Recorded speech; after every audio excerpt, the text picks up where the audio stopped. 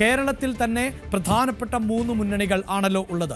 അത് ഇടതുപക്ഷം എന്നത് ഇത്തവണ അധികാരത്തിലിരിക്കുന്ന ഇടതുപക്ഷത്തെ സംബന്ധിച്ചിടത്തോളം അവർക്ക് ഒരു അധികാര തുടർച്ചയ്ക്ക് ഉള്ള സാധ്യതയാണ് തെളിഞ്ഞു വരുന്നത്. എന്തൊക്കെയാണ് ഇടതുപക്ഷത്തെ സംബന്ധിച്ചിടത്തോളം ഇത് പ്രധാനപ്പെട്ടതായി മാറുന്നത്?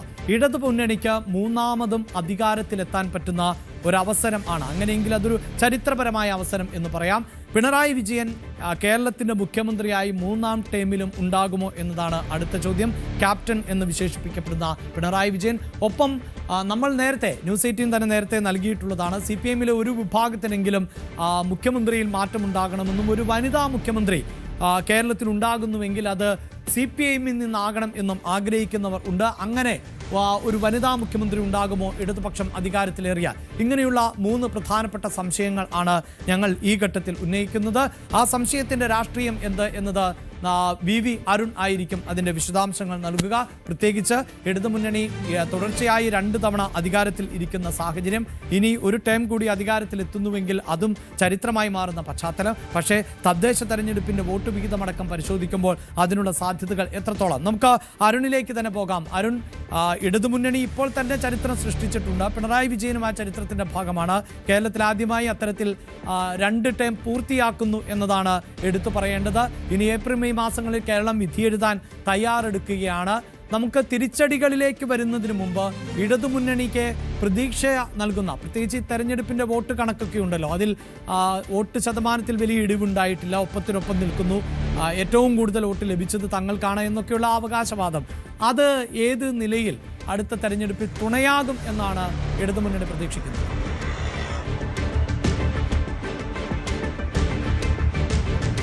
അടിത്തറ തകർന്നിട്ടില്ല. അതുതന്നെയാണ് ഇടതുമുന്നണിയുടെ ആശ്വാസം. ഈ തെരഞ്ഞെടുപ്പിനെ ഇടതുമുന്നണി CPM വിലയിരുത്തുന്നത് പ്രത്യേകിച്ചും ഇങ്ങനെയാണ്. അതായത് നിയമസഭാ മണ്ഡലങ്ങൾ നോക്കുമ്പോൾ കാര്യമായ പിന്നോട്ടടി ഉണ്ടായിട്ടില്ല. 60-ലേറെ നിയമസഭാ സീറ്റുകൾ ഇപ്പോഴും ഇടതുമുന്നണിക്ക് ഒപ്പമാണ്. ജില്ലാ പഞ്ചായത്തുകളുടെ വോട്ടിംഗ് പാറ്റേൺ ആണ് സാധാരണഗതിയിൽ രാഷ്ട്രീയ വോട്ടിംഗ് പാറ്റേൺ വരുന്നത്. അത് വെച്ച് നോക്കുമ്പോൾ തീർച്ചയായിട്ടും ഇടതുമുന്നണിക്ക് നല്ല മേൽക്കൈ ഉണ്ടെന്ന് തന്നെ CPM കണക്ക് കൂട്ടുന്നു.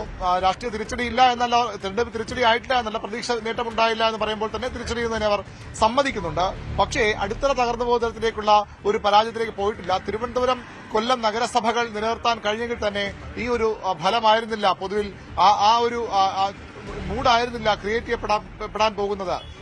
സാമാന്യം ഭേദപ്പെട്ട പ്രകടനം തന്നെ ആളുകൾ വിധിയെഴുതി. പക്ഷെ തിരുവനന്തപുരത്തും കൊല്ലത്തും നഗരസഭാ ഭരണം നഷ്ടപ്പെട്ടതാണ് തിരിച്ചടിക്ക് ഈ ഒരു ഇത്തരം ഒരു വ്യാഖ്യാനത്തിന് ഇടയാക്കിയതെന്നാണ് CPM-ന്റെ പ്രധാനപ്പെട്ട വിലയിരുത്തൽ. അതുകൊണ്ട് തന്നെ തെറ്റുകൾ തിരുത്തി പ്രശ്നങ്ങൾ പരിഹരിച്ച് മുന്നോട്ട് പോയാൽ വിജയത്തിലേക്ക് എത്താമെന്ന് തന്നെ CPM വിശ്വസിക്കുന്നുണ്ട്, അങ്ങനെ പ്രതീക്ഷിക്കുന്നുമുണ്ട്.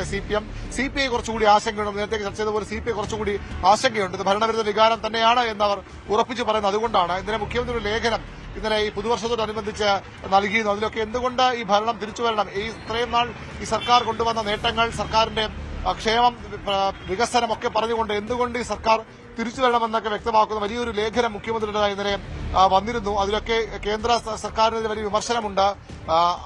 കേന്ദ്ര സർക്കാരിന്റെ നയങ്ങൾ സംസ്ഥാനത്തെ എങ്ങനെ പിന്നോട്ടിരിക്കുന്നു എന്ന കണക്കുകൾ പറഞ്ഞു തന്നെ പറയുന്നുണ്ട്. കേരളം കടക്കണിയിലാണെന്ന് പ്രചരിപ്പിച്ച് പുകമറ സൃഷ്ടിക്കുന്നവർക്കുള്ള മറുപടി എന്ന രീതിയിൽ മുഖ്യമന്ത്രി പറയുന്നത് നമ്മുടെ വളർച്ചാ നിരക്കാണ് അതിന് മറുപടി. കേരളത്തിലെ സമ്പദ് വ്യവസ്ഥ 15 വർഷം കൊണ്ട് 3.5 മടങ്ങ് വളർന്നിരിക്കുന്നു. സംസ്ഥാനത്തിന്റെ ആഭ്യന്തര ഉത്പാദനം 2011-12 3.64 കോടി രൂപയിൽ നിന്ന് 2024-25 ആകുമ്പോൾ 12.49 ലക്ഷം കോടിയെ വളർന്നിരിക്കുന്നു. കേരളത്തിലെ കടം കുറയുകയാണ്. രാജ്യത്തെ സംസ്ഥാനങ്ങളിൽ കടത്തിന്റെ കണക്കിൽ 15ാം സ്ഥാനത്ത് മാത്രമാണ് കേരളമെന്ന കേന്ദ്ര സർക്കാർ രേഖ ഉദ്ധരിച്ചുകൊണ്ടാണ് മുഖ്യമന്ത്രി പിണറായി വിജയൻ ഈ കണക്കുകൾ നിരത്തുന്നത്. അതായത് ഈ സർക്കാർ തന്നെ അധികാരത്തിൽ എന്തുകൊണ്ട് വരണം, വന്നേ മതിയാകൂ, അത്രയധികം വികസനങ്ങൾ കൊണ്ടുവന്നു, അതുകൊണ്ട് ജനങ്ങൾ വീണ്ടും തങ്ങൾക്കൊരു അവസ്ഥ നൽകണമെന്ന ആവശ്യമാണ് പിണറായി വിജയൻ മുന്നോട്ട് വയ്ക്കുന്നത്. CPM-ന്റെ പ്രതീക്ഷയും അതുതന്നെയാണ്. ഈ തിരിച്ചടി താൽക്കാലികമാണ്. അത് സംസ്ഥാന ഭരണത്തിന് എതിരെയുള്ള വികാരത്തിന് അപ്പുറത്തേക്ക് പ്രാദേശികമായും ദീർഘനാൾ ഭരിക്കുന്ന ഇടതുമുന്നണിയുടെ ഭരണസമിതികളുണ്ട്. അവർക്കെതിരായ തിരിച്ചടിയായി കൂടിയാണ് CPM ഇതിനെ വിലയിരുത്തുന്നത്. അതുകൊണ്ട് തന്നെ തിരിച്ചുവരാൻ കഴിയുമെന്ന പ്രതീക്ഷ CPM കേന്ദ്രങ്ങൾക്കും ഇടത് കേന്ദ്രങ്ങളിൽ മൊത്തത്തിലുമുണ്ട്. CPM കേന്ദ്രങ്ങൾ കുറച്ചുകൂടി ശക്തമായി തന്നെ ആ പ്രതീക്ഷകൾ പങ്കുവയ്ക്കുന്നു. പിണറായി വിജയൻ തന്നെ നയിക്കാനുള്ള സാധ്യതയും അവർ തള്ളിക്കളയുന്നില്ല. ഏതായാലും ഈ തെരഞ്ഞെടുപ്പിലുണ്ടായ തിരിച്ചടി വലിയ തിരിച്ചടി തന്നെയെന്ന് സമ്മതിക്കുമ്പോഴും തിരിച്ചു വരാനാകുമെന്ന പ്രതീക്ഷ തന്നെയാണ് ഇപ്പോഴും ഇടത് കേന്ദ്രങ്ങളെ മുന്നോട്ട് നയിക്കുന്നത്. തുടർഭരണത്തിൽ തുടർച്ചയെന്ന അത്ഭുതം സൃഷ്ടിക്കുകയാണ് അവരുടെ ലക്ഷ്യം. എത്രത്തോളം എളുപ്പമെന്ന കാര്യത്തിൽ സംശയങ്ങളുണ്ട്, ചർച്ചകളുണ്ട്. പക്ഷേ സിപിഎമ്മും ഇടതുമുന്നണിയും ഒക്കെ പ്രതീക്ഷ തന്നെയാണ്. തിരിച്ചു വരാൻ കഴിയുന്ന ഒരു പരാജയം മാത്രമേ ഇവിടെ ഉണ്ടായിട്ടുള്ളൂ എന്നൊരു കണക്കെടുപ്പിലാണ് അവർ മുന്നോട്ട് പോകുന്നത്. യെസ്, അതാണ് അവരുടെ വിജയപ്രതീക്ഷ. മറുഭാഗത്ത് രാഷ്ട്രീയ എതിരാളികളെ സംബന്ധിച്ചിടത്തോളം നിരവധിയായ വിഷയങ്ങളുണ്ടല്ലോ. കഴിഞ്ഞ തെരഞ്ഞെടുപ്പിലും ഒട്ടേറെ ആരോപണങ്ങൾ സർക്കാരിനെതിരെ ഉണ്ടായിരുന്നു. പക്ഷേ അവിടെ ചരിത്രം ആവർത്തിച്ച പശ്ചാത്തലമുണ്ട്.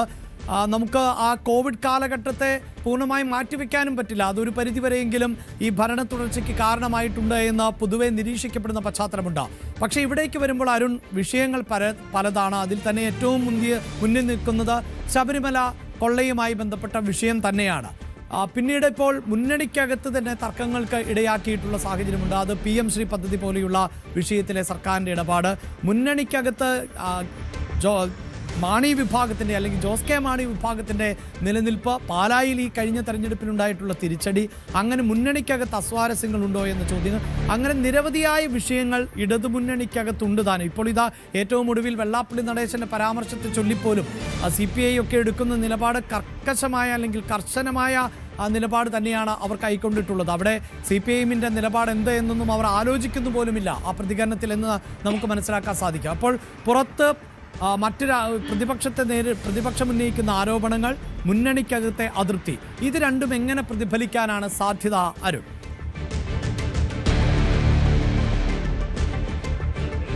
അഭിലാഷ്, വളരെ കൃത്യമായ കാരണങ്ങൾ തന്നെയാണ്. രണ്ട് കാരണങ്ങൾ. ഒന്ന്, ആദ്യ പിണറായി സർക്കാരിന്റെ കാലത്തും അവസാന സമയത്തൊക്കെ വലിയ ആരോപണത്തിലൂടെ സർക്കാർ കടന്നുപോയി. അന്നും സ്വർണം, ഇന്നും സ്വർണം. പക്ഷേ ആ സ്വർണവും ഈ സ്വർണവും തമ്മിലുള്ള വ്യത്യാസം, അന്ന് നയതന്ത്ര സ്വർണ്ണക്കടത്തായിരുന്നു. അതൊരു ആരോപണമായി നിൽക്കുമ്പോൾ അത് ജനങ്ങളെ നേരിട്ട് ബാധിക്കുന്ന ഒരു വിഷയമായിരുന്നില്ല. വലിയ സംശയങ്ങളൊക്കെ ഉയർത്തി മുഖ്യമന്ത്രി ഇപ്പോൾ അറസ്റ്റ് ചെയ്യാൻ പോകുന്നതിലുള്ള പ്രചരണം പോലും അന്ന് ഉണ്ടായിരുന്നു.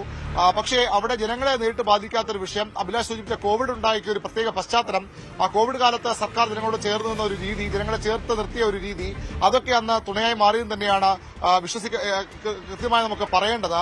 അത് അന്ന് സർക്കാരിന് ഗുണം ചെയ്തു. അന്നത്തെ സ്വർണ്ണക്കൊള്ള പോലെയല്ല ഇന്നത്തെ ശബരിമല സ്വർണ്ണക്കൊള്ള. ഇവിടെ ഒരു അഴിമതിയുണ്ട്. ആ അഴിമതിക്ക് വിശ്വാസവുമായി ബന്ധമുണ്ട്. നമുക്കറിയാം വിശ്വാസം എത്രത്തോളം പ്രധാനപ്പെട്ടതാണ് കേരളീയ സമൂഹത്തിൽ. അത് ഏത് ജാതി, ഏത് മതത്തിൽ വിശ്വാസമായാലും, വലിയ മതേതരത്വം പറയുന്ന സംസ്ഥാനമാണെങ്കിൽ പോലും, വലിയ പുരോഗമനാശയങ്ങൾ പറയുന്ന സംസ്ഥാനമാണെങ്കിൽ പോലും, വിശ്വാസത്തെ മുറുകെ പിടിക്കുന്ന വലിയൊരു വിഭാഗം ജനങ്ങൾ കേരളത്തിലുണ്ട് എന്ന വസ്തുതയാണ്. വിശ്വാസത്തെ തൊട്ടാൽ, വിശ്വാസത്തെ മുറിവേൽപ്പിച്ചാൽ എന്താണ് സംഭവിക്കുക എന്ന 2019 ലോക്സഭാ തെരഞ്ഞെടുപ്പിൽ സംസ്ഥാനത്ത് കണ്ടതാണ്. അതിന്റെ ഏറ്റവും തിക്തഫലം അനുഭവിച്ചത് ഇതേ മുന്നണിയാണ്, ഇടതു മുന്നണിയാണ്.